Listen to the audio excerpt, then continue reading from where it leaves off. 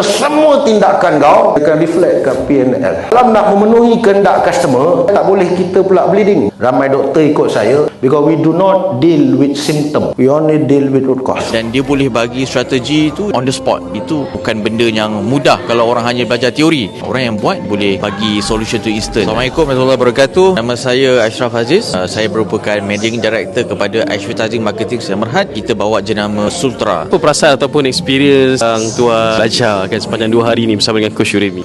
Saya katakan macam-macam saya belajar. Saya paling suka dengan Coach Yuremi ni, ajar apa yang dia tahu, apa yang berada di reality. Jadi itu yang saya suka dengan Coach Yuremi. Dan yang paling saya suka credo nombor 3, build the last. Saya nakkan bisnes yang sustain. Saya tak nak sekejap-sekejap. Kita nak bisnes tu boleh bertahan sampai 20-30 tahun. So saya nampak Coach Yuremi ni dia ada ilmu tu. Dia tahu macam mana nak build bisnes yang sustainable, build winning business. So itu yang saya nak apply di dalam Sultra lah. Dia boleh bagi strategi tu on the spot. Kalau kita ada isu, kalau kita ada masalah tu, dia boleh share on the spot. Itu bukan benda yang mudah kalau orang hanya belajar teori. Orang yang buat boleh bagi solution tu instant. Kalau orang setakat nak black cash, sekejap hit and run, business tu mungkin tak perlu datang lah. Tapi kalau you memang serious nak build business, pergi lebih jauh, nak build people, build your team, Black Code is the best. Black Code is the right place untuk you ajar semua 14 credo ni untuk you apply dalam business, supaya business you boleh sustain macam business corporate di luar lah. Coach Yuremi lah terbaik lah.